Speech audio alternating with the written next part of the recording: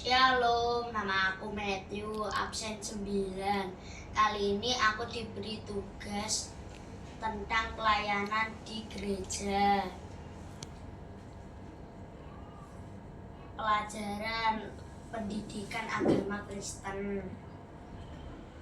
bersama Bapak Pendeta.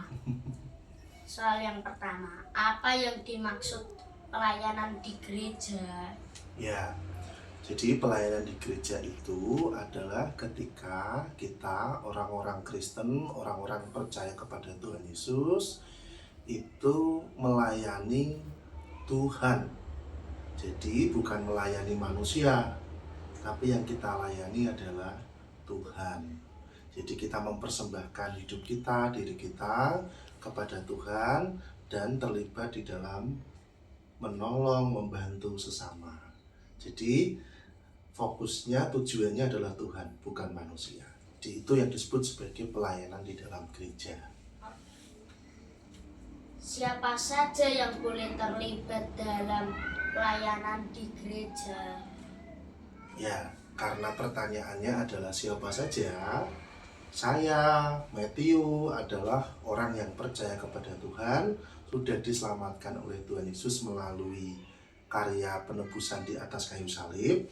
Maka siapa saja yang percaya kepada Tuhan Yesus harus terlibat di dalam karya-karya pelayanan. Jadi bukan hanya saya sebagai pendeta, tetapi Matthew juga boleh ikut serta dalam melayani Tuhan di gereja.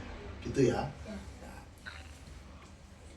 Di mana saja pelayanan ibadah dilaksanakan, sebutkan pengelompokan ibadah sesuai usianya di gereja Bapak dan kapan saja dilaksanakan ibadah itu. Ya, kalau pelayanan itu di mana? Kalau kita bicara di gereja, ya tentu dalam kegiatan atau ibadah-ibadah di dalam gereja. Jadi Matthew boleh pelayanan, ikut ambil bagian dalam pelayanan di gereja. Kalau Matthew masuk dalam kelas sekolah minggu, jadi Matthew boleh ikut serta melayani di sekolah minggu, misalkan memimpin pujian, mengedarkan kantong persembahan, itu boleh. Jadi tidak harus guru sekolah minggu, Matthew pun boleh ikut serta melayani Tuhan melalui sekolah minggu.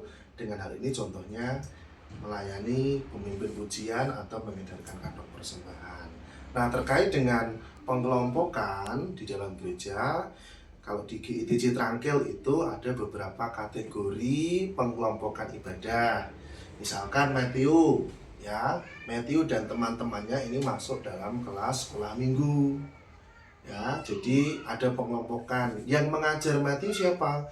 Guru-guru sekolah minggu. Kalau sudah memasuki usia remaja, SMP, nanti masuk dalam ibadah remaja.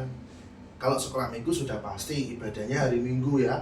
Tapi kalau remaja sama pemuda itu ibadahnya hari Sabtu jam 7 malam atau malam Minggu.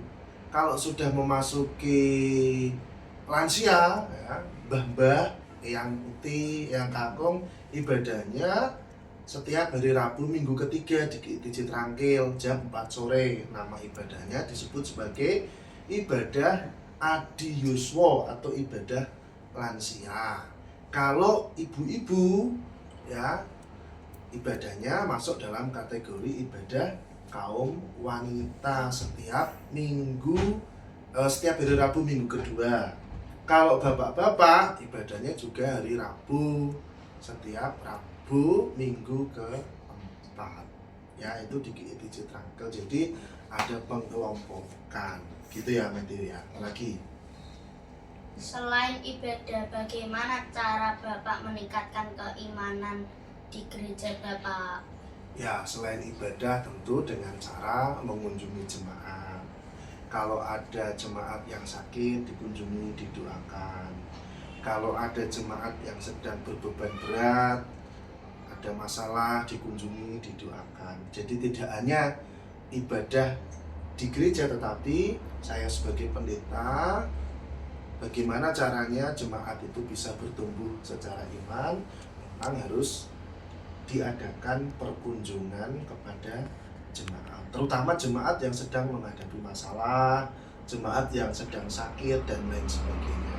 Nah, hal lain yang perlu ditingkatkan dalam pertumbuhan selain beribadah adalah dengan melakukan pengajaran, ya, pengajaran seperti ibadah PA.